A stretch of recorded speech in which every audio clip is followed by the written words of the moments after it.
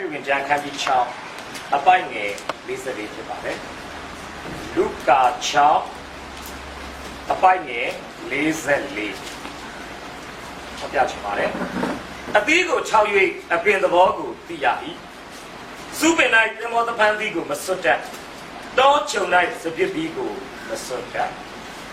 အထူးပြုချင်တဲ့စာချောင်းကတော့အသီးကို6၍အပင်သဘောကိုသိရ၏ပတ်တော်လုပ်ကတော့ဟာအသက်ရှင်တဲ့ဘုရားရဲ့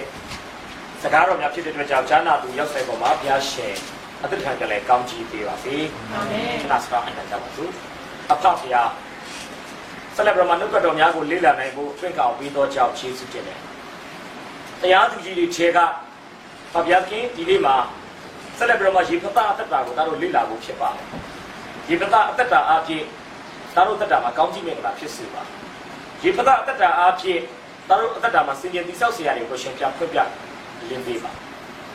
နောက်ဆက်ကစီမောင်းလက်တဲ့အရာမှန်သမျှကိုရှင်ရှုနာမနဲ့စကားဖယ်ရှားပါတယ်တဲ့တော်ရမှာတမန်ကျမ်းစာသင်ကြားခြင်းမှုရကိုအနှံတဲ့အခါမှာကိုရောပြပြုတဲ့ယေရှုကြီးမကြောင့်ဝန်ခံလက်အရှင်ရှုနာမနဲ့ချီးမွမ်းလက်အနှံပါတယ်အပထာဝရမြတ်စွာဘုရားရှင်အာမင်အသီးကပြောတော့အပေတိဘောဒီလိုပြောမှာလူကာ6:44ကိုကျွန်တော်ပြန်ဖတ်စီချင်ပါလူကာ6:44ဒီကိုခေါ်ရအပင်သဘောကိုသိရ၏ဒီပင်၌ဒီမောတပန်းဒီကိုမစွတ်တတ်ဘာလို့လဲဒီကိုမစွတ်တတ်ဒီမှာဗာသိရလဲအသီးကိုကြည့်ချင်းအဖြစ်ဒီပင်ဟာဘာပင်လဲဆိုတာဘာလို့သိရလဲသိရတယ်ဒီနေ့ကျွန်တော်ပြောချင်တာကတရားသူကြီးမစာခန်းကြီး7ကိုကျွန်တော်လေ့လာတဲ့အခါမှာအုပ်စု3စုတွေ့ရတယ်ပရမတ်တယောက်ကရေပသဒုတိယအုပ်စုကတော့အေဖရိမ်အမျိုးသားတွေတတိယအုပ်စုမှာတော့ဣပဇန်နဲ့အာဗဒုံဆိုတဲ့နောက်ထပ်တရားသူကြီး2ယောက်ရဲ့အသက်တာဖြစ်ပါတယ်ဒီအဖြစ်အပျက်ကနေကျွန်တော်ပြောချင်တဲ့အဓိကအကြောင်းအရာကရေပသရဲ့လှုပ်ရှားမှုတွေကိုကြည့်ချင်းအပြင်ရေပသအသက်တာမှာဘုရားအုပ်စုလားမအုပ်စုလားသိတာအေဖရိမ်အမျိုးသားတွေရဲ့ပြောနေတဲ့ဆိုနေတဲ့စကားတွေကိုထောက်ချင်းအပြင်အေဖရိမ်မျိုးသားတွေရဲ့အသက်တာရာဇပလင်မှာဘယ်သူချီးတန်းရလဲဆိုတာသိလို့ရတယ်ထို့နည်းတူပဲဣဗနန်တို့အာဗဒုံတို့ရဲ့အသက်တာရဲ့အသီးပွင့်တွေကိုကြည့်ချင်းအပြင်သူတို့ဟာဘယ်လိုလူတွေလဲဆိုတာကိုတမန်ကျမ်းစာမှာပေါ်ပြလဲရှိပါတယ်ဒါကျွန်တော်လည်းဒီနေ့စဉ်းစားဖို့လိုပါတယ်ကျွန်တော်တို့နေ့စဉ်သွားလာတဲ့ကျွန်တော်တို့ရဲ့အသီးဆိုတဲ့ပြောသောစကားပြုလုပ်တဲ့အပြုအမူတွေကျွန်တော်အသက်တာကထွက်ပေါ်လာတဲ့ရလဒ်တွေအဖြစ်ပတ်ဝန်းကျင်မှာရှိတဲ့လောကသားတွေကကျွန်တော်တို့ကိုဘယ်လိုလူလဲဘုဒ္ဓသားသမီးလဲဆိုတာကိုပုံဖော်နေတယ်အတိမတ်ပြုတယ်ဆိုတော့ဒီနေ့ပြောပြပေးချင်တာဖြစ်ပါတယ်။ဒါကောင်းစဉ်ကတော့အသီးကပြောတော့အပင်သဘောပထမဆုံးရေပသအကြောင်းကိုကျွန်တော်တက်ပေးချင်ပါတယ်။ရေပသတော့ကျွန်တော်ဘယ်လိုဒီကောင်းစဉ်လေးပေးချင်လဲဆိုရင်တန်တရားကြောင့်အလုတ်ကို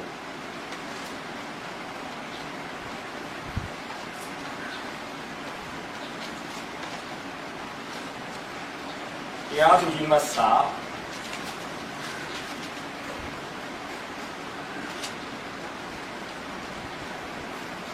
အခန်းကြီး7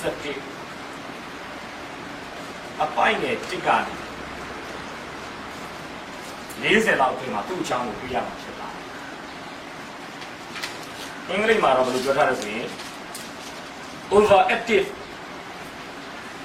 overactive dog brings tragedy ကျွန်တော်စီရောအောင်ဒီလိုပဲရေးပြလိုက်တော့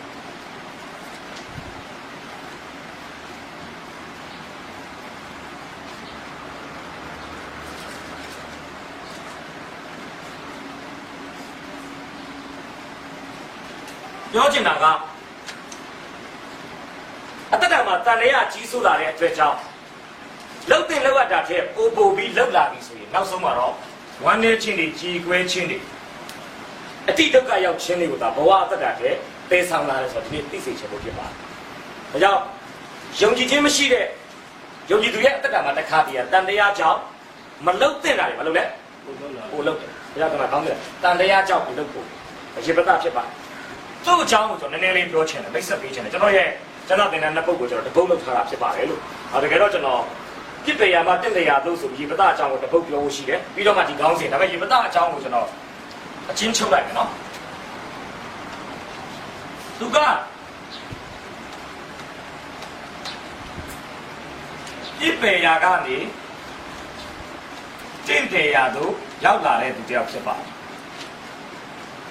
ကျေးဇူးပြုတော်မှာတစ်ကော17 sorry ကျွန်တော်မှားပါနော်စာလံ17ဆိုစာလံ118ပိုင်းငယ်20ကိုဖတ်ပြီးပါစာလံ118ပိုင်းငယ်20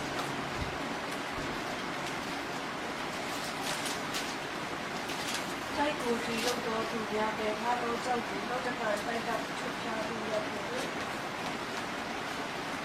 ။ဘာလဲ။တိုက်ကိုတီးတဲ့သူတွေပေးထားတဲ့ကြောက်ပါ။နောက်ဆုံးမှာတော့ကြောက်အချုပ်ရောက်သွားတယ်။ပြောချင်တာပါလေ။လူတွေဘလောက်ပဲပေးထားဖျားသခင်ရွေးကောက်ပြီးဟေ့ဆိုရဲ့အပြစ်ပေခံလူတယောက်ဟာလူတွေတန်ဖိုးထားတဲ့လူတွေဂရုစိုက်တဲ့လူဘာလို့လဲရေပသားနဲ့ခုနကကျွန်တော်လေ့လာသွားတဲ့အဘိမလက်ကခြားဆိုအဘိမလက်ကပါလဲလူတွေအတိမတ်ပြုတာရမ်းလို့ချက်တယ်ဘုရားမိအတိမတ်ပြုတာမပါဒါကြောင့်ဘာဖြစ်သွားလဲဖြစ်တော့ဖြစ်တယ်ဘယင်ခဏတစ်ဖြုတ်ပြီးတော့ကြာရှုံးသွားရေပသားတော့လူတွေကသူ့ကိုသွားစမ်းရောက်မှသူ့မကြိုက်ဘူးအတူရသမိုင်းကြောင့်ကျွန်တော်ပြောပြနောက်ဆုံးတော့ဘုရားသခင်သူ့ကိုရွေးကောက်တဲ့အခါမှာလူတွေအတိမတ်မပြုတဲ့သတွေးခွက်မှာပတ်လက်မျောတဲ့လူကြောက်ပါလူတွေကသူ့ကိုအတိမတ်ဘာလို့ လဲကြည့်ပါရခင်တော့ကသူကအပြင်ကလူတယောက်ဖြစ် outsider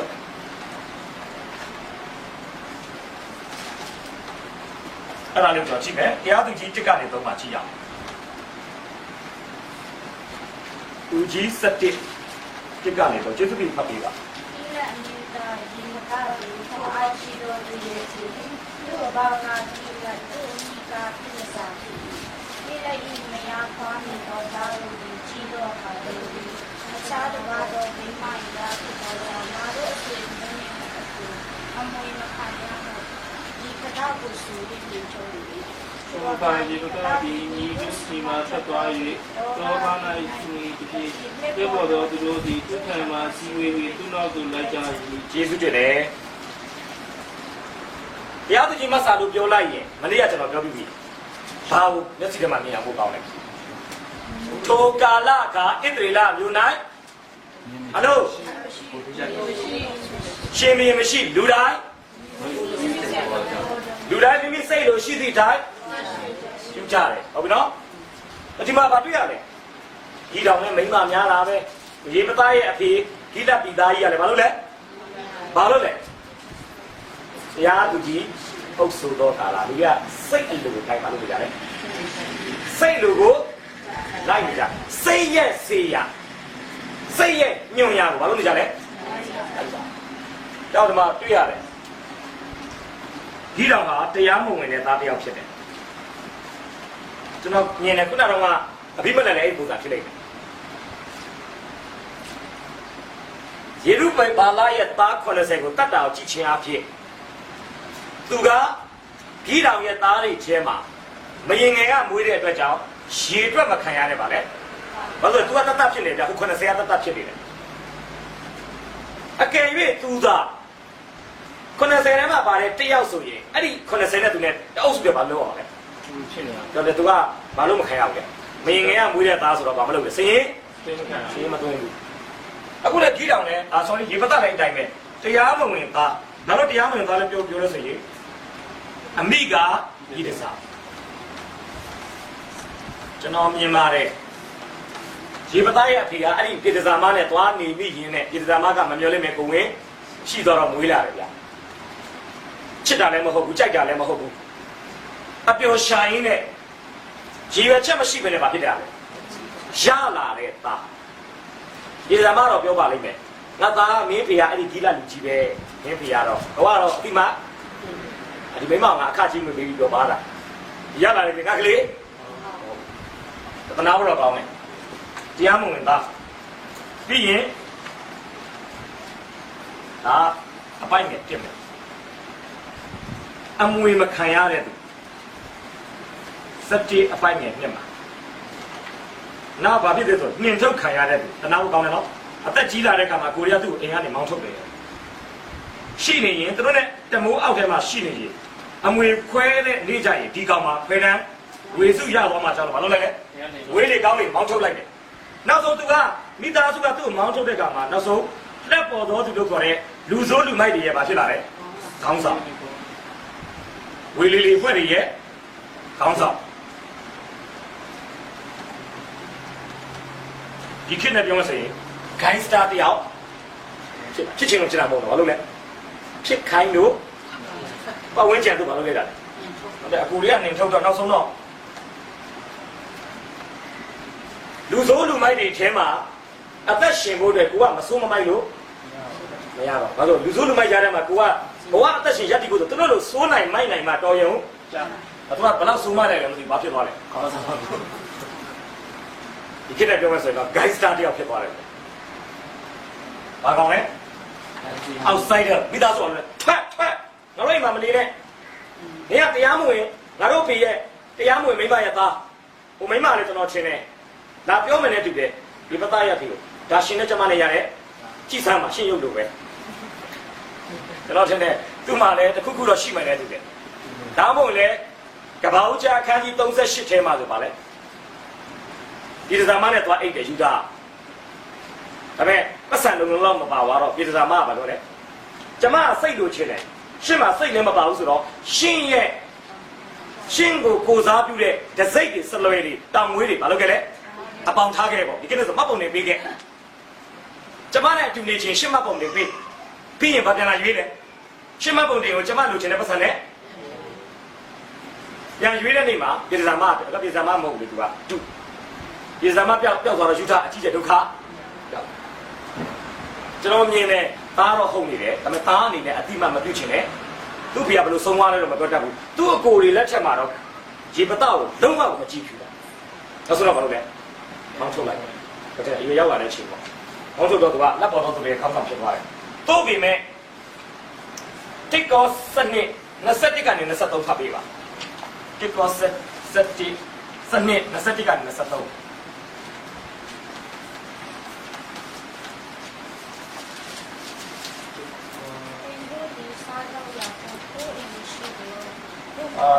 စနစ်ကျွန်တော်ရေးရမှာစနစ်တစ်ကောစနစ်21ကနေ23မြစ်ကတင်ငါလိုရှိလိုက်ကိုမဆိုရပုံနေယူဥပမာတင်လို့ငါလိုရှိတင်လို့ကိုမဆိုရပုံများမပါအားနည်းရှိသောအင်္ဂါတို့သည်တာ၍သုံးဝင်ကြ၏ဒီနေ့ရှိသောအင်္ဂါတို့အားလည်းတာ၍ရှိသောသည်ကိုပေးတဲ့၏ကျွန်တော်ကလည်းဆိုပြပါအားနည်းဟန်ရှိသောအင်္ဂါအားနည်းဟန်ရှိသောအင်္ဂါအတရေနည်းဟန်ရှိသောအင်္ဂါတင့်တယ်ချင်းမရှိသောအင်္ဂါအဲ့ဒါတော့ကျွန်တော်တို့ရဲ့ဇာတ်လိုက်ကြော်ကြီးရေပသပဲဖြစ်ပါတယ်အဲ့လူပါတဲ့ဘာပြောလဲအားနည်းတဲ့အင်္ဂါအတရေနည်းဟန်ရှိတဲ့အင်္ဂါတင့်တယ်ချင်းမရှိတဲ့အင်္ဂါပါ၍အသုံးဝင်တတ်တယ်မကြပါဘူးတော့ဒီလိုရှိလားခဏနာလေးပုံဆွဲရအောင်ဂိလပီသားတွေကယော်ဒန်ပြည်ပေါ်မှာရှိတာအရှိပဲမောရှေတစ်ထက်မှာဣသရေလလူမျိုးတွေကိုခေါ်လာတဲ့အခါမှာကိုမျိုးနဲ့တဝက်ကတော့ဘုရားသခင်ရဲ့အလိုတော်တိုင်းယော်ဒန်ပြည်အနောက်ကိုကြီးကြီးဖြူဖြူအေးတာတာပွားပြီးမဲ့နှစ်မျိုးနဲ့တဝက်ကတော့မောရှေနဲ့ဘုရားသခင်ကိုဈေးဆက်တယ်ဘာလို့လဲရူဘင်ရဲ့ဂတ်ရဲ့မနာရှေတဝက်တို့ကဘုရားကပြောတယ်ကျွန်တော်တို့မှာတိုးတွေနွားတွေများပါတယ်ဒါကြောင့်ကျွန်တော်တို့စကြက်ကောင်းကောင်းလိုအပ်တယ်ဂိလပီကစကြက်ကောင်းတယ်ဒါကျွန်တော်တို့ယော်ဒန်ပြည်ရှေ့မှာလည်းဘာလို့ခွင့်ပေးပါလဲနေခွင့်အားနဲ့ဘာမှနေဖြစ်လဲယော်ဒန်ပြည်ရှေ့မှာနေဖြစ်တယ်ရေပသလက်ထက်မှာဘာဖြစ်လဲဆိုရင်အိမ်နီးချင်းနိုင်ငံတစ်နိုင်ငံဖြစ်တဲ့အာမုန်နိုင်ငံကသူတို့ကိုဘာလုပ်လဲစစ်လာတိုက်ပါကျွန်တော်ကလိုက်ဆိုပြီးပါကျေးဇူးပြုတော့အဲ့ဆိုပါနောက်တစ်ဖက်အာမုန်မျိုးသားတို့သည်ဣသရေလအမျိုးကိုစစ်တိုက်ကြ၏ဘသူကဘသူကိုတိုက်တာအာမုန်ပြုလုပ်သူနေရာမှာရှိတာဘာလူမျိုးလဲပြုလုပ်ခံနေရာမှာရှိတာဘာလူမျိုးလဲဘသူကတိုက်စစ်လဲဘသူကခံစစ်လဲအာမုန်တိုက်စစ်စစ်ပွဲလဲဖြစ်လဲဖြစ်ရောအားလုံးကဘသူကိုတတိယဒီပသားရှိရင်တော့ဒီကောင်ကလူမိုက်ဆိုတော့ဘာလို့ရဲလဲတိုက်ရဲ အဲ့ချိန်ကမှငါတို့ခေါင်းဆောင်တာလုပ်ပါဒါကြောင့်အသေးနဲ့ဟန်ရှိတဲ့အင်္ဂါကဘာလုပ်လဲတာ၍ဒီမှာတော့ဘာဖြစ်လဲအမွေကိစ္စနဲ့ပတ်သက်ရင်တော့ no သေရရှင်ရေးကိစ္စကြတော့လာပါဒီမှာတော့ဗာလဲပြန်ပါဒီမှာတော့ဗာလဲကျွန်တော်လည်းဒီစဉ်းစားမယ်နော်တခါကရှိတတ်တယ်ကြာအတင်းတော့မှကျွန်တော်တို့အားကိုးလို့မရဘူးထင်တဲ့လူတွေကအတင်းတော်ရဲ့သေရရှင်ကိစ္စတွေမှာသူများဖြစ်ပါလို့လဲဒါကြောင့်သူ့တတိပါဖြစ်လဲဒီတော့ကွာဘာလို့ပါဖြစ်နေကြဖြစ်နေတကယ်ဒုက္ခတွေပါရောက်ဗာလဲဒီလိုရှိရင်တော့လိုက်ပါတော့ဒါမျိုးတွေရတယ်အဲ့ကျတော့ကျွန်တော်ပြောနေတယ်အဲ့လိုမျိုးနောင်တစကားတွေမပြောရလေအောင်အတင်းတော်မှာရှိတဲ့လူတိုင်းကိုသူ့နယ်နဲ့သူအသုံးဝင်နေဆိုတာသဘောထားပြီးတော့မှသူ့နယ်နဲ့သူမှာကျွန်တော်တို့ဖျားပေးတဲ့အငန်းတန်ကိုခွဲခန်းမှတ်သားဖို့လို့ management လုပ်တတ်ဖို့လို့နော်ဒါမှသူကအတင်ကားလူကနေအထက်ကလူဖြစ်သွားတယ် head and commander အဲ့ဒါဖြစ်လာဘာလို့ဖြစ်လာလဲဆိုရင်ကျွန်တော်ကြည့်ရအောင်23ဖတ်ပေးပါ17 23 sorry တရားသူကြီး17 23 ပိလိုက်မယာပါမီတော်သာကြီးတော်ပါတိတိ သာရဘာသောမိမဤသားဖြစ်သောကြောင့်ငါတို့အဆွေမျိုးနှင့်အကျိုးအငြိမခံရဘူးဒီတော်ကိုဆိုရင်နေတို့နေ၏ဟုတ်ပြီငါသူအားမမျိုးလာ တို့သည်ဣတိလာမျိုးကိုစစ်တိုက်သောပါဒီလည်းဒီတာအသက်ကြီးသူတို့သည်ရေပသားကိုတော်ပါမှ ခက်ရှိမှာတော့ခေါ်တယ်တော်တရားကြဖို့ကောင်းတဲ့လူတွေမဟုတ်ဝေတဲ့ချိန်တော့ဒီပသားကိုတတိမရဘူးဒုတ်ဝေတဲ့ချိန်ကျတော့ဘာလို့လဲနိုင်ခေါ်ကျွန်တော်လည်းဒီထားပါလား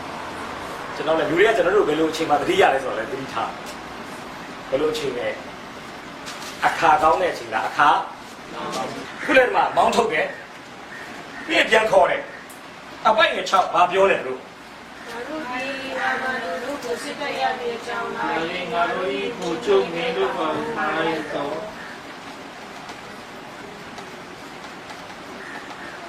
အဲ့ဆိုရင်စဉ်းစားမယ်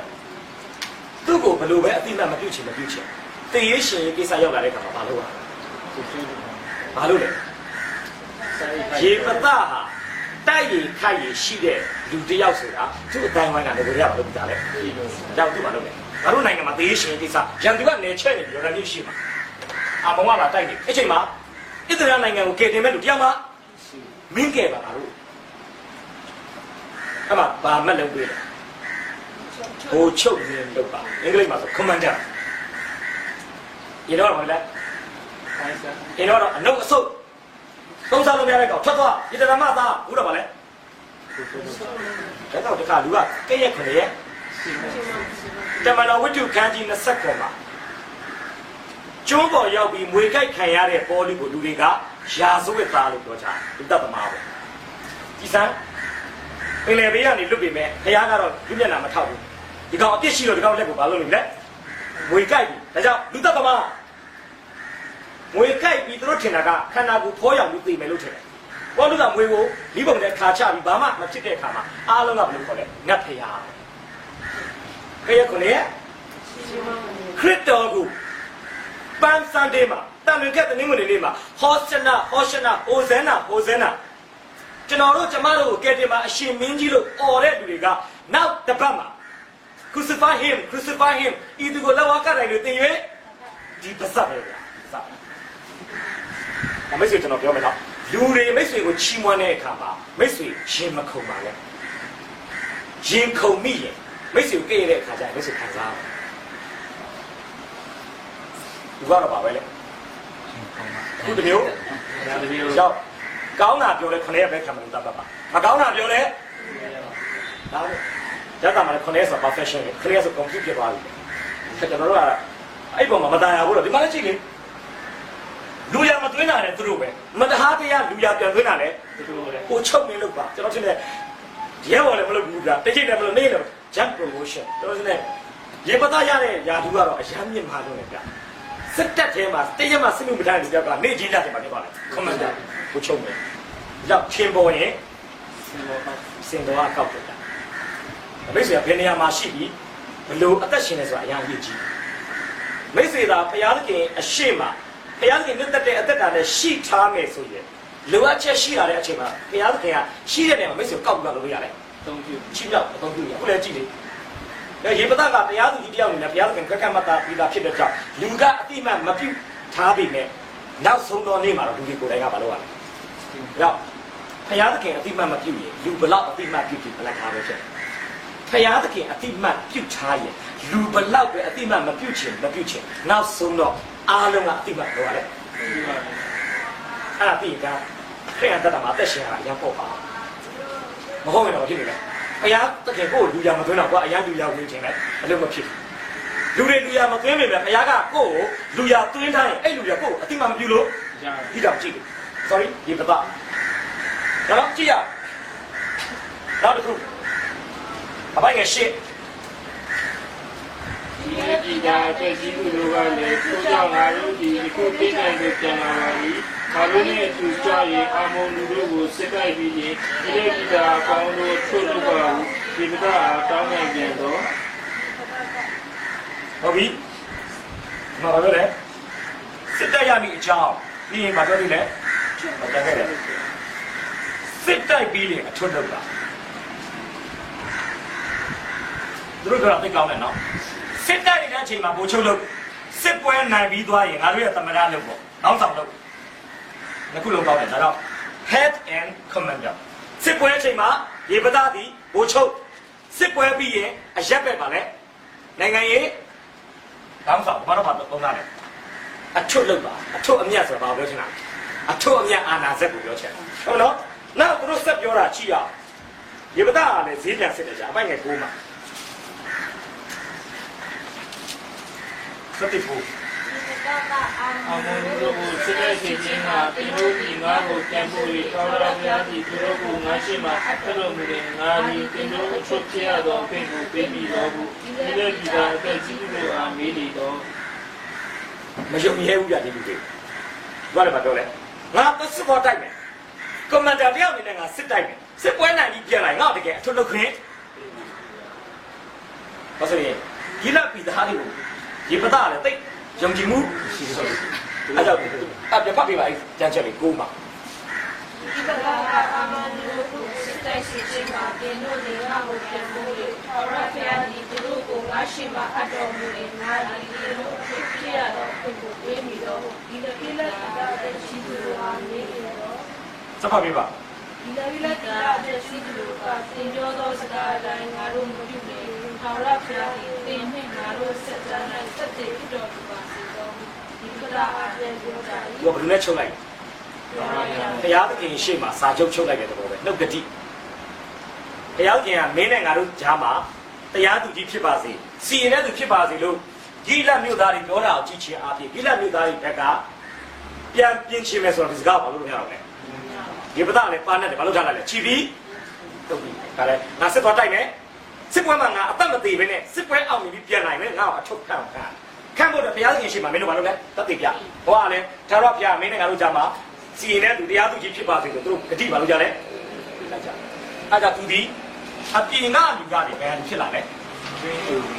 ပြစ်ပယ်ရာကနေဘယ်လိုဖြစ်လာလဲအပြင်လူကနေအထက်ကလူပြစ်ပယ်ရာကနေတင့်တယ်ရာကိုဘာဖြစ်လဲ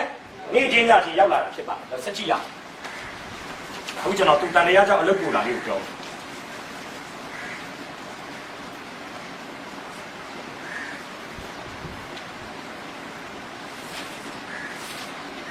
စတိကိုဖတ်ပြပါ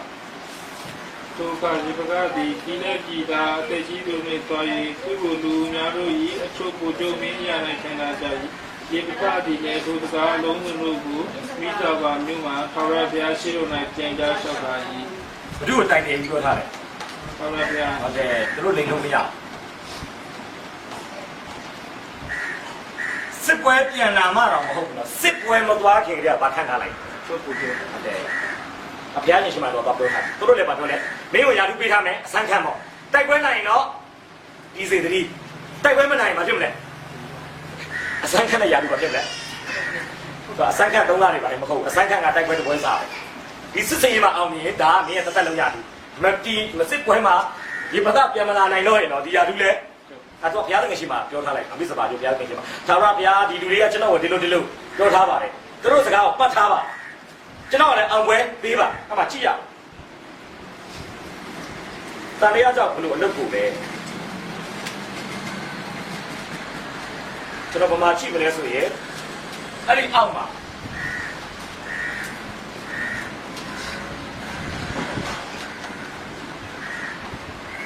ငင်းခုန်မှု၃မျိုးဆိုပြီးတော့မှကျွန်တော်ရှင်းပြချင်းပါဒါရေပတနဲ့အာမုံရှင်မင်ကြားထဲမှာအပြန်အလှန်ငင်းခုန်တဲ့စကားလုံးတွေဖြစ်ပါတယ်ဘာမှကြည့်ရအခန်းကြီး7အပိုင်းက19ကနေ21ယုတ်တိဗေဒအရာငင်းတာဖြစ်ပါတယ်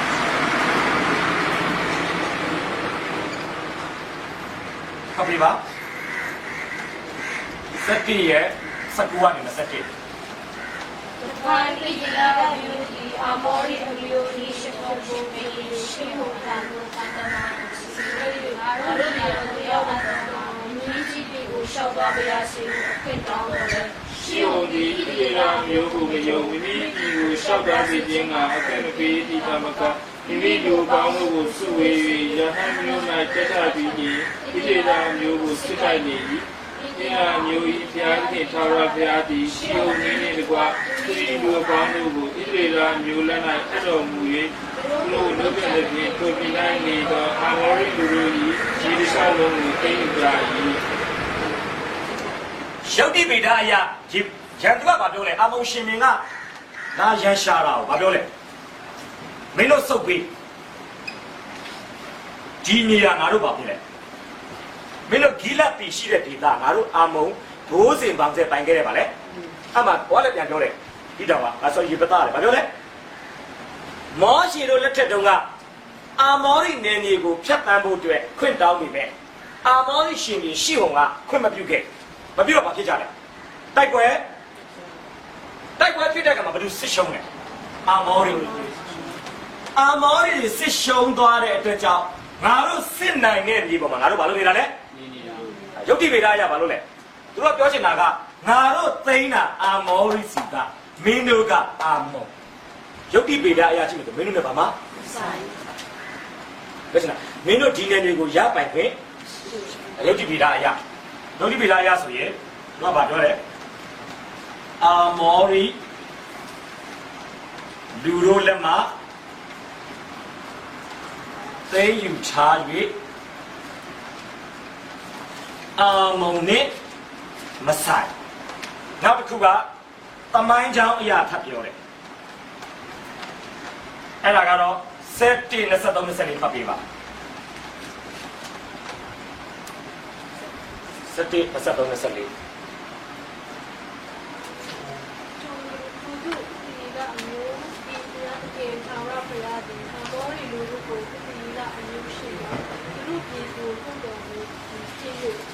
ဒီပေးယူရမယ်တော့ဒီနေ့တရားတစ်ချိန်ပြီးလို့ရှာပိုင်ပြီးတော့မျိုးကိုပေးယူရဒီမဟုတ်တော့ကိုယ်ကငါတို့တရားတစ်ချိန်ထောင်းရဖျားရှင်ဖြစ်တော်မူတော့သူတို့ဒီမြေကိုငါတို့ဒီပေးယူရ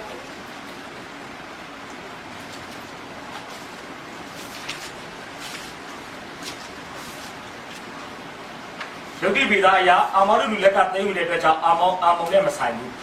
အခုဒီမှာလည်းဘာပြောလဲ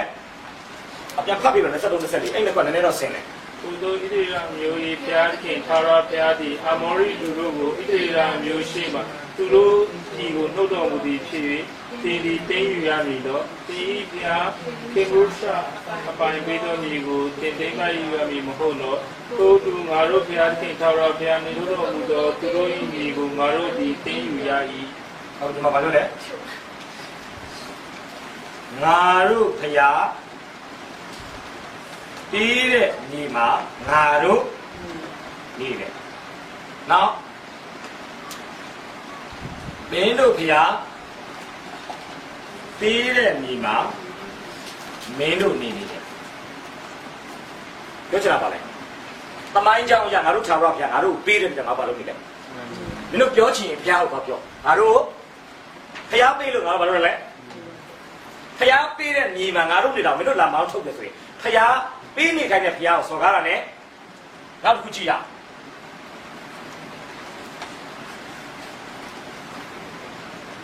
နောက်တစ်ခုကအင်္ဂလိပ်မှာတော့ဘယ်လိုပြောဆိုရင် preceded ကျွန်တော်ဒီမှာတော့မမာလို့တော့ကနဦးကြာမှုပဲကျွန်တော်ရေးလိုက်ကနဦးကြာမှုရ17နဲ့16ဖတ်ပေးပါ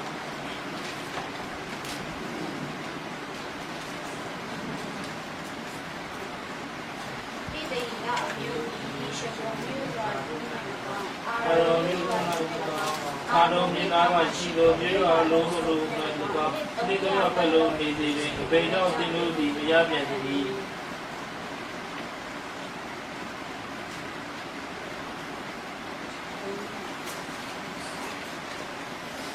ဟုတ်ပြီဒီမှာဘာလို့လဲငါတို့နေလာနှစ်300ရှိနေဒီအချိန်မှလာပြောလဲဗမာကျွန်တော်ဘယ်လိုရှိရလဲဒါကြောင့်ရန်ကုန်မှာဆိုပါရှိတယ်အိမ်ရှင်တွေကဘယ်တော့မှတိုက်ခန်းကိုအိမ်ငါးတစ်ယောက်ကိုကြာမတင်ဘူးဗျဥပဒေမှာမရှိလဲဆိုအိမ်ငါးတစ်ယောက်ကအိမ်ငါးထားတာ10နှစ်လောက်လာကြာလာပြီဆိုရင်အဲ့ကမဖယ်ပေးချင်းရင်အိမ်ရှင်ကလောချေများကြီးဒါကြောင့်ဘယ်တော့မှရန်ကုန်မှာရှိတဲ့အိမ်ရှင်တွေကအိမ်ငါးကိုကြာမတင်ဘူးဗျဥပဒေနားလည်းနဲ့အိမ်ငါးနဲ့တွေ့သူတို့ဘာဖြစ်မှာကိုကအဲ့အိမ်လေးကိုဖျက်ပြီးတော့ contract တိုက်ဆောက်ရင်တော့အဲ့လိုအနေဆုံးအခန်းပေးရအဲ့တော့သူတို့ကဘာလုပ်လဲအိမ်ငါးတွေကိုဘယ်တော့မှအနေမထိုင်ခိုင်းဘူးဒီနေ့တော့ဆိုဘာလို့လဲညီမလေးတို့ကိုခင်ပါတယ်ညီလေးတို့ကိုခင်ပါတယ်မဲ့အိမ်ပြောင်းပေးပါနောက်အစ်တရဘာလို့လဲအိမ်ငါးတွေရတယ်ဘာလို့လဲပြဿနာဖြစ်ရင်လဲကုတ်ကတ်တယ်စနစ်ပြည့်ရင်ငါတို့ဥပဒေကြောင်းရစကားပြောလို့ဒါ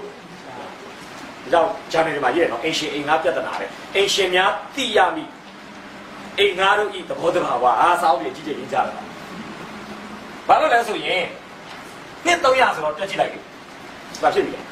ပြောချင်တာကဒီမှာဆိုဘယ်လောက်ကြာပြီလဲတော့ရှိငါတို့ဒီဂိလတ်ပြည်မှာမနာရှေရူဘင်ဂတ်တွေနေလာတာနှစ်300ရှိနှစ်300လို့မင်းတို့စကားတစ်လုံးမှမပြောအခုမှဘာလို့တရင်လို့မှဒါတွေလာပြောရတာပြောချင်တာကနဦးကြောင့်မှုရပဲကြီးကြီးသမိုင်းကြောင့်ရပဲကြီးကြီးယုတ်တိဗေဒရပဲယုတ်တိဗေဒအရဆိုတာဗာလဲငါတို့တိမ်တဲ့နေကိုငါတို့နေတယ်ဒီမှာကျတော့ဗာပြောလဲငါတို့ပြပေးတယ်ငါတို့ပြပေးတနည်းအားဖြင့်အာမောရိလက်ကတိုက်တာကိုငါတို့ရှိတယ်အာမောလက်ကတိုက်တာဟုတ်မင်းတို့ဘာမှမဆိုင်နောက်ကနေတာနှစ်300ကြာပြီငါတို့မဖယ်ပေးနိုင်အဲ့နဲ့ဂီတောင်နဲ့ sorry ရေပသားနဲ့အာမောရှင်ပြီးစကစစ်ထိုးတဲ့အခါမှာစကားနဲ့ပြောလို့မရတော့ဘူးနောက်ဓာတ်နဲ့ဘာလို့ရအောင်လဲရှင်တိုက်ပွဲဖြစ်ကြတိုက်ပွဲဖြစ်တဲ့အခါမှာတို့ဘာတွေလောက်ကြတော့ကြည့်တိုက်ပွဲဖြစ်တဲ့အခါမှာ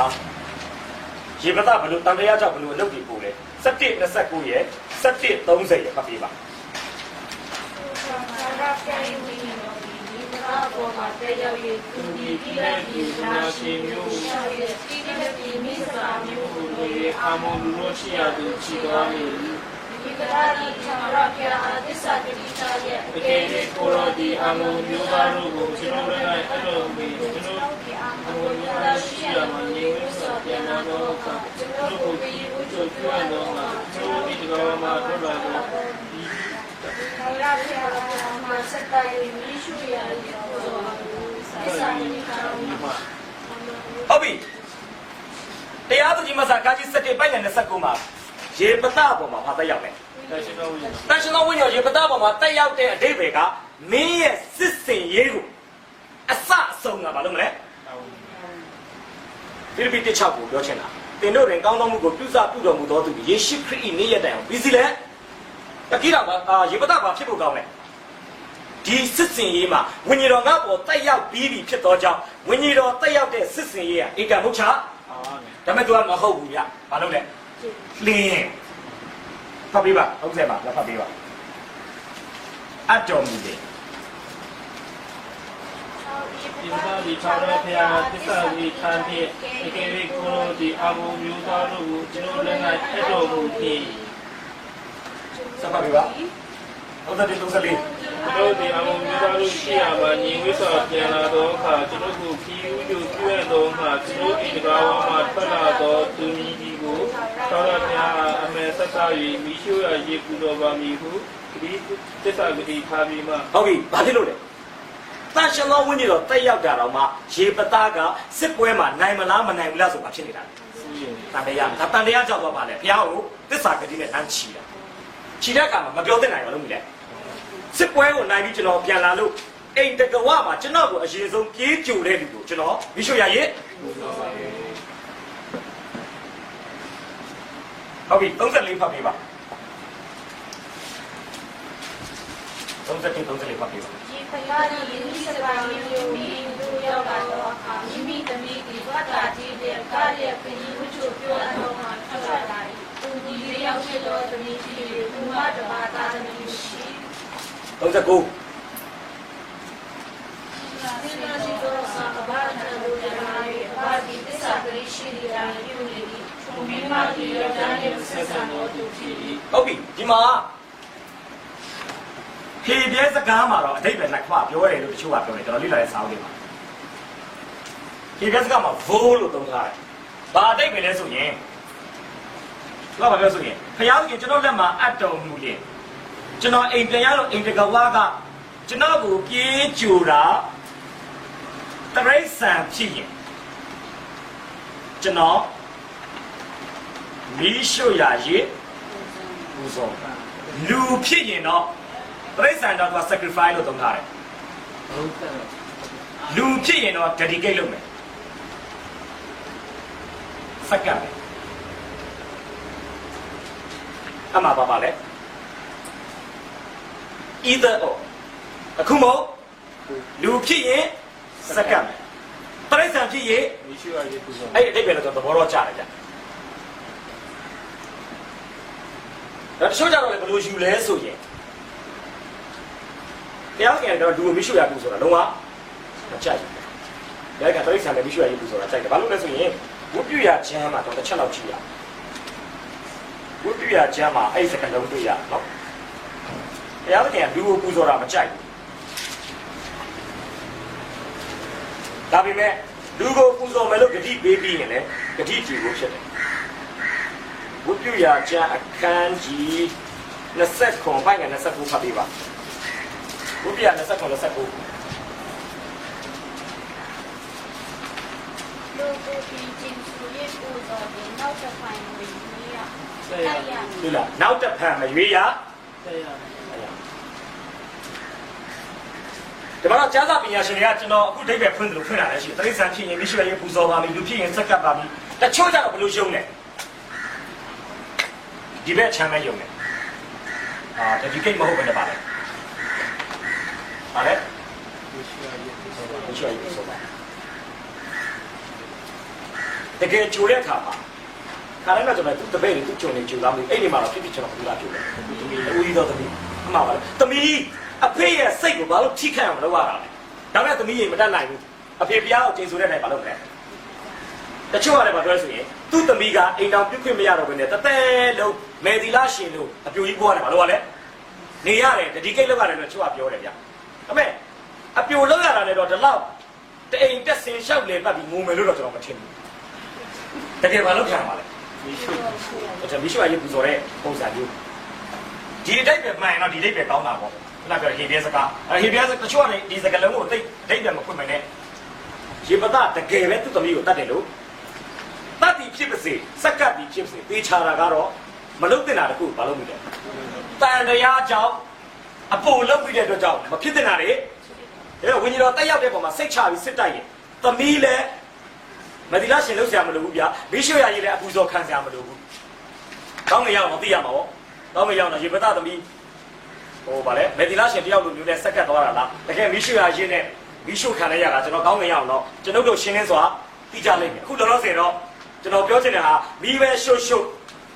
အပြိုကြီးပဲလှုပ်လှုပ်သေချာတာကတော့နှစ်ခုလုံးကမဖြစ်တဲ့နဲ့မဖြစ်တဲ့ကိစ္စတွေဘာလို့ဖြစ်လာလဲဆိုရင်တန်တရားကြောင့်ကြီးတာဘာလို့အဲဆိုရေပဒဘာဖြစ်ခဲ့လဲပို့လုပ်တယ်ဗျာအလုပ်တွေပို့တယ်အပူတွေလုပ်တယ်ဒါမိတ်ဆွေဘုရားရှင်ကိုတန်တရားရှိရင်ယုံကြည်ခြင်းကင်းမဲ့ရင်မိတ်ဆွေသက်တာမှာမလုပ်တင်တာလေအခုတော့ချစ်တဲ့သမီးလေးနဲ့ဘာလို့ ပါလဲဝင်ရတယ်တာရတယ်ချစ်တဲ့သမီးလေးနဲ့ပဲခွာရှင်ခွဲခွဲလားဒီခွဲခွဲလားတော့ကောင်းငင်ရောက်ပါရဲ့အတိအကျသိတယ်ဒီဟာကလည်း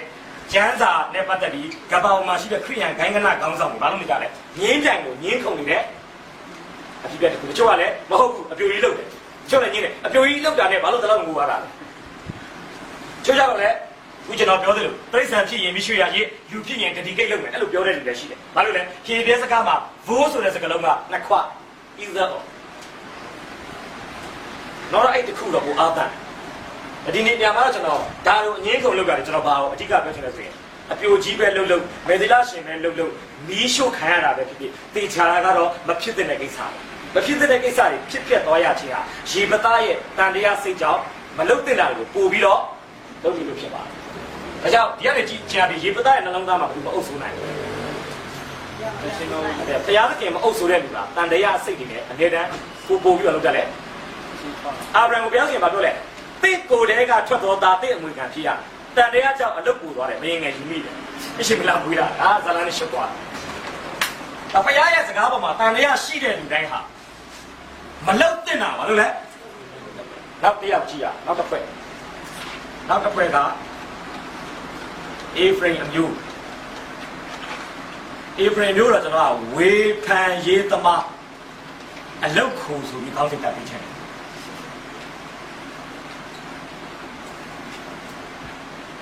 တရားဒီမှာခါကြီးစနေပိုက်ကတိတ်ကနေခေါ်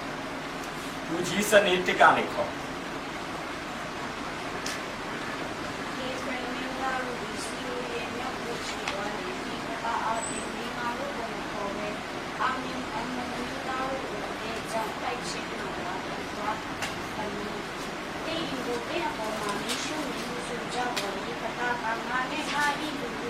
အာဘုံမျိုးသားတို့၏ကြီးတော်မူရှိစဉ်အခါတင်တို့ကိုငါပေါ်တော်လဲတင်တို့သည်အာဘုံလူတို့ကိုလက်မှငါမကင်မလို့ပဲနေကြ၏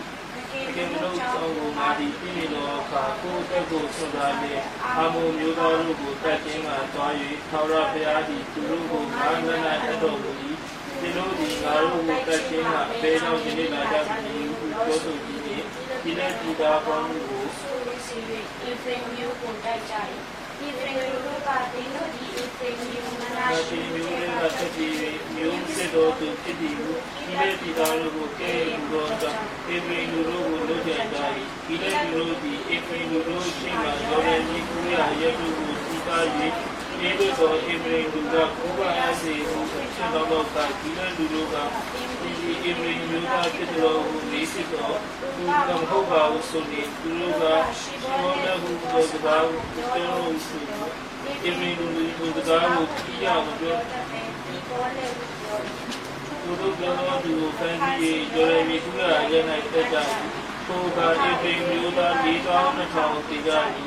ဒီနေ့ဒီသာကြီးဒီပါဒီဒီနာမျိုးတို့ဆောင်းလို့ဆိုပြီးမှဒီနေ့မျိုးနိုင်ကြည့်နေပြီဟုတ်ပြီမကြည့်ပဲမနေ့ပိုင်းတော့ကျွန်တော်သင်ခဲ့တဲ့ခီးတောင်ရဲ့သူရဲကောင်း300နဲ့စစ်တိုက်တဲ့စစ်စင်ရေးအပြီးမှာလေတရားသူကြီးမဆာကန်းကြီး8အပိုက်ငယ်1မှာခီးတောင်လက်ထက်တုန်းကလည်းအေဖရိမ်အမျိုးသားတွေဟာခီးတောင်ကိုပြဿနာရှာခဲ့ဘူးတဲ့စစ်တိုက်တဲ့အချိန်မှာခေါ်တယ်မလားဘူး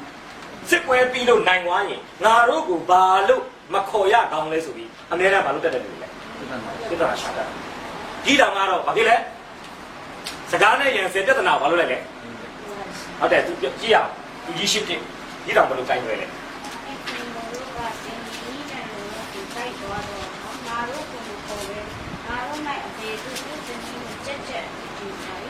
ဒီတောင်ကလည်းတင်းလို့ပြုတ်တဲ့တူငါတို့တဲ့သူပြုတ်ပြီးတော့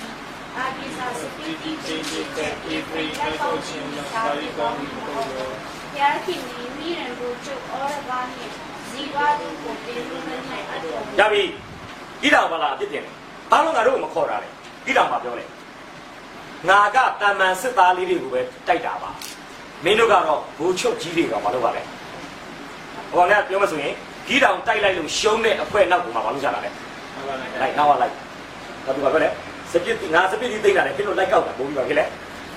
ဒါလေးကောက်တယ်ပိုသားလေးကောင်းတယ်ဒါဆိုကိုကောင်လည်းဘာဖြစ်သွားလဲပြောပါ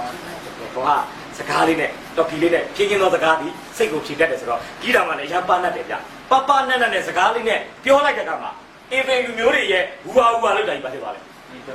အေဖရိမ်ကလည်းဒီတောင်လက်ထက်နဲ့ရေပသားလက်ထက်ကြာသွားပြီနဲ့အချစ်မပြောင်းဘူးဗျဘိုးဘွေးလက်ထက်တုန်းကလည်းပြဿနာဖြစ်ရင်ဝင်မပါဘူးပြဿနာပြီးရင်ဟူဟာ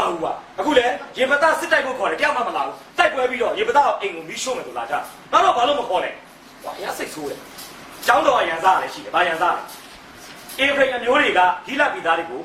所以没谁牛没谁说把路他来。那二那哎，所以把路他来。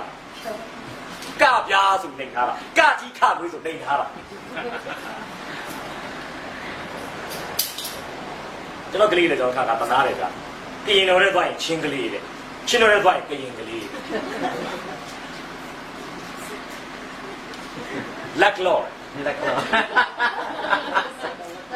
后面要，后面要几要，咱们的古老公寓家是喏，嘎边里个。是的，不多的呀，哈利路亚。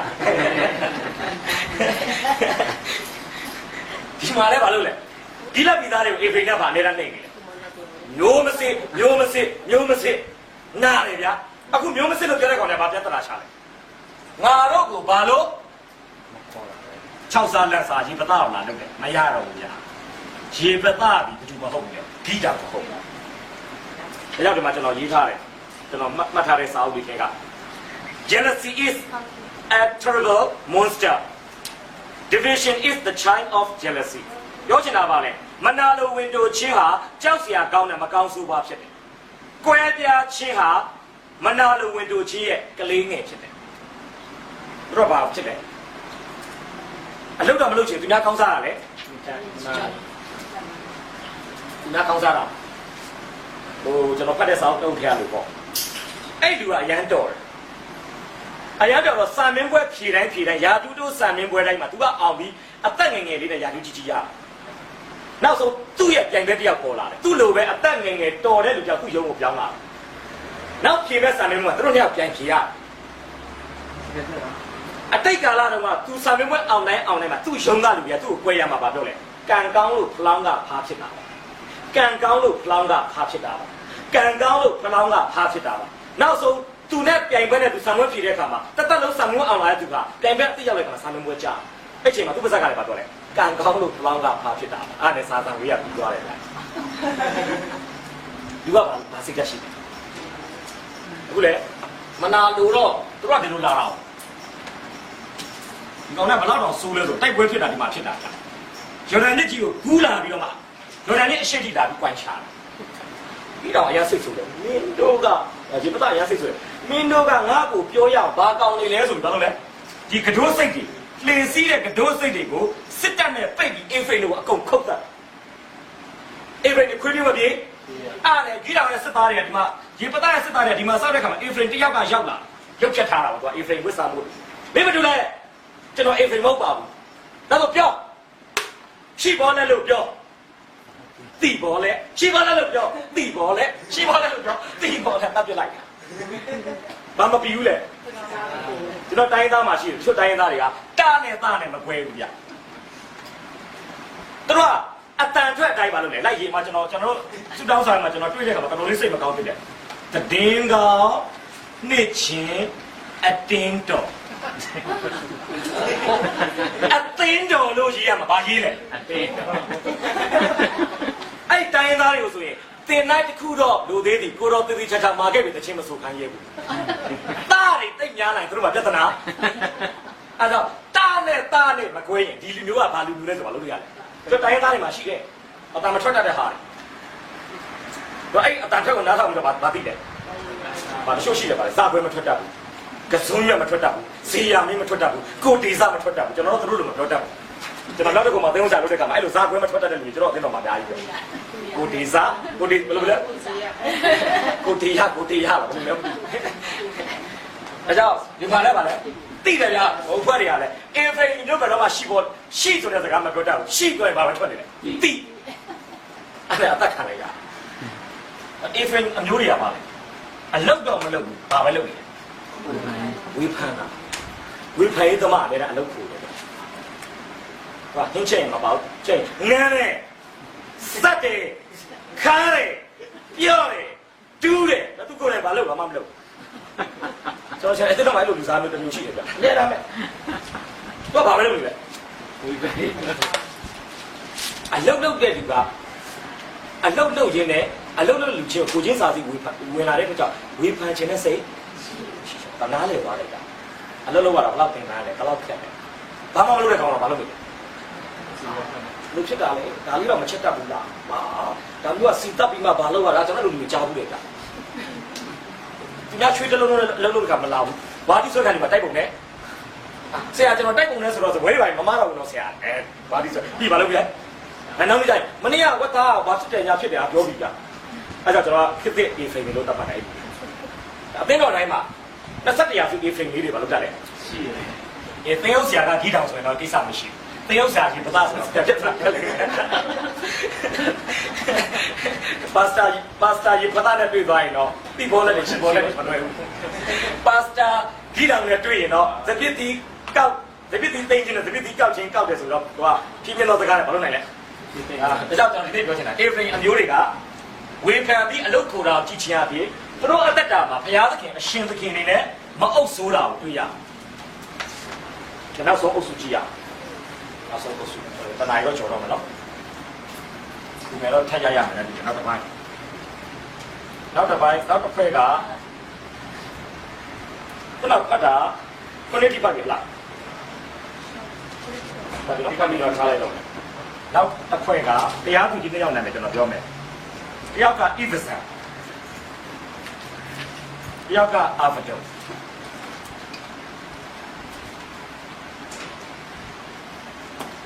သစ္စာစောက်ပြီးခရားအလိုကျွန်တော်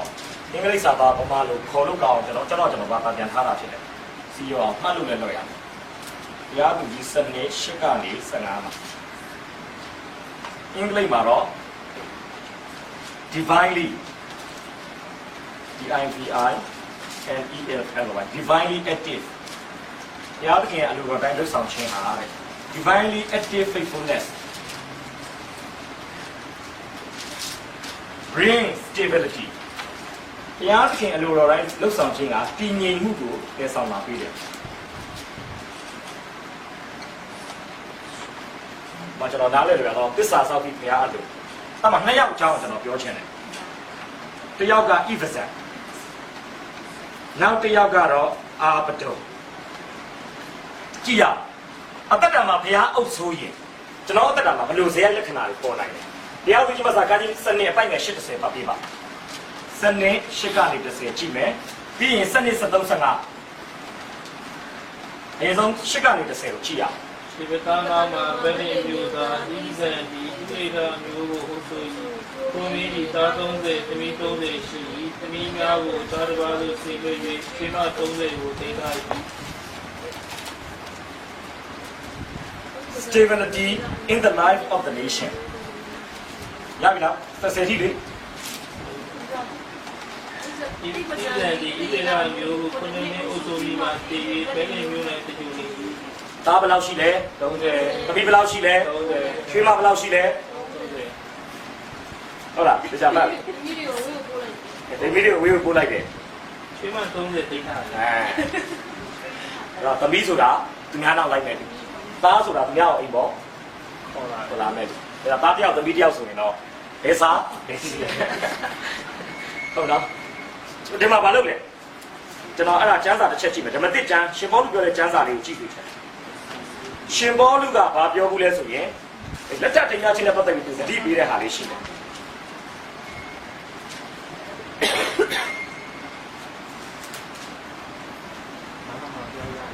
ကောရိန္သုဩဝါဒစာပထမဆောင်အခန်းကြီး9တစ်တော်အခန်းကြီး9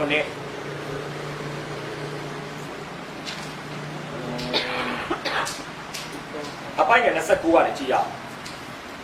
29ကနေ30ထိတစ်တော်9 29 30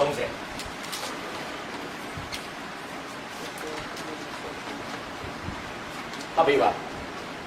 ဒီကိုယ်လုံးငါဆိုဒီကသင်ပြင်းသောကာလသည်ကျင့်ကြံသည်ဖြစ်၍မယားရှိသောသူသည်မယားမရှိတကယ်လို့ဖြစ်ရမည်။ငိုကြွေးသောသူသည်ငိုကြွေး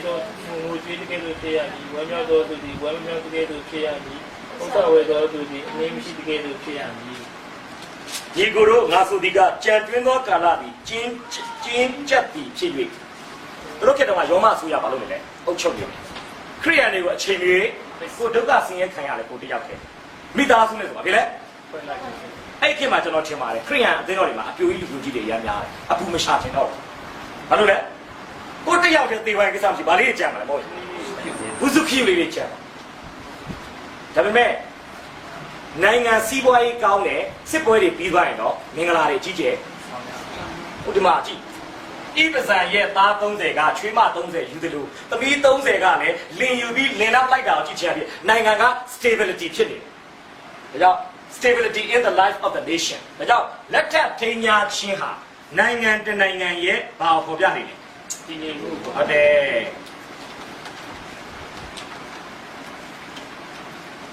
မင်္ဂလာဆောင်တာတွေမရှိတော့ဘူးဆိုဘာဖြစ်နေလဲကျွန်တော်စစ်ဖြစ်တဲ့တော်ဒီမှာဘယ်မှာမိမယူတော့ဘယ်နဲ့မင်္ဂလာပွဲလည်းတိတ်မလို့ဘာလို့မလို့ရတော့လဲ stability မရှိလို့ဒါကြောင့်တောင်ကြည့်ခြင်းအဖြစ်တရားသူကြီးဣပဇံလက်ချက်မှာဣသေရလူမျိုးတွေနှလုံးသားရာဇပလင်မှာဘုရားသခင်ကသခင်နေရာမှာဘာလုပ်နိုင်လဲဆုံးမလို့ဒါကြောင့်အသီးကပြောတော့အပင်ရဲ့သဘောဆိုတဲ့အတိုင်းသူတို့လက်ထပ်ထိန်းကြတဲ့အသီးပွင့်သီးချင်းအဖြစ်သူတို့နှလုံးသားထဲမှာဘုရားသခင်ရဲ့တည်ငြိမ်မှုကဘာလုပ်နေလဲအုပ်ဆိုးနေတယ်နောက်တစ်ယောက်ကြည့်ရအောင်အာဘဒိုဘုရားသူကြီး7နှစ်73ကနေ15အေးတုံလုံးမှာဝိရတုံမျိုးနေဝိရတုံမျိုးနေဟိဒီလာဤတာအဘရုံဒီဣဒေလာမျိုးကိုအုပ်ဆို၏ထိုရင်းဤတား40မြေတုံးနဲ့ရှိ၍မြေသားမျိုးတို့သည်90တော့ညီတငယ်တို့ကိုရှိကြ၏90တော့ညီတငယ်တို့ညင်းဆိုတာစစ်ရေးသင်္ကေတဖြစ်တယ်ညီးဆိုတာငြိမ်းချမ်းရေးသင်္ကေတဒါကြောင့်ခရစ်တော်ကိုယူဒလူမျိုးတွေကမြင်းစည်းစေခြင်းတယ်ခရစ်တော်ကမြင်းမစည်းဘူးညီးပဲပါလို့လေယေရုရှလင်မြို့ထဲဝင်တဲ့ကမှာဘာစည်းဝင်လဲခရစ်တော်ကဘာပြောချင်တာလဲငါလောကကိုလာတာစစ်ပွဲတွေသေဆောင်မှုတဲ့ငြိမ်သက်ခြင်းကိုဘာလို့တာလဲအဲ့ခေတ္တကတိုင်းသူပြည်သားတွေကသူတို့ရှင်ဘုရင်ကိုကြည့်နေတာရှင်ဘုရင်မြင်းဖြူကြီးစီးပြီဆိုရင်မကြာခင်အိမ်ကြီးချင်းနိုင်ငံနဲ့စစ်ဖြစ်တော့ရှင်ဘုရင်ကတိုင်းသူပြည်သားတွေကြားထဲမှာပုံရိပ်ပြတဲ့အခါမှာညီးစီးတယ်ဆိုရင်နိုင်ငံမှာဖြစ်နေတယ်ဟုတ်တယ်ဟုတ်လား prosperity ဆိုတာစီးပွားလာပါဘာဖြစ်နေလဲတိုးတက်နေနိုင်ငံအေးချမ်းတဲ့အခါမှာနိုင်ငံတော်တည်ငြိမ်ရင်စီးပွားရေးလည်းဘာဖြစ်နေလဲဒီမှာ prosperity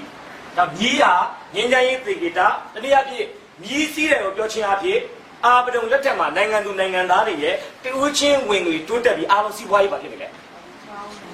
ကျွန်တော်ထင်ပါတယ်ဘုရားသခင်ယေရှုပြုရင်လာမယ့်အနာဂတ်မှာကျွန်တော်တို့နိုင်ငံတည်တယ်လက်ထပ်ထိမ်းများခြင်းနဲ့ညီးစည်းခြင်းတွေဘာလို့တော့လဲ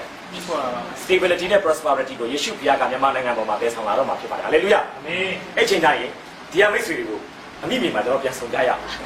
ဟုတ်နော်ဒါကြောင့်အာဗဇံအာဗဒုဒီနှစ်ယောက်အတ္တတာအားဒီမှာသိလို့ရတယ်နိုင်ငံချင်းနဲ့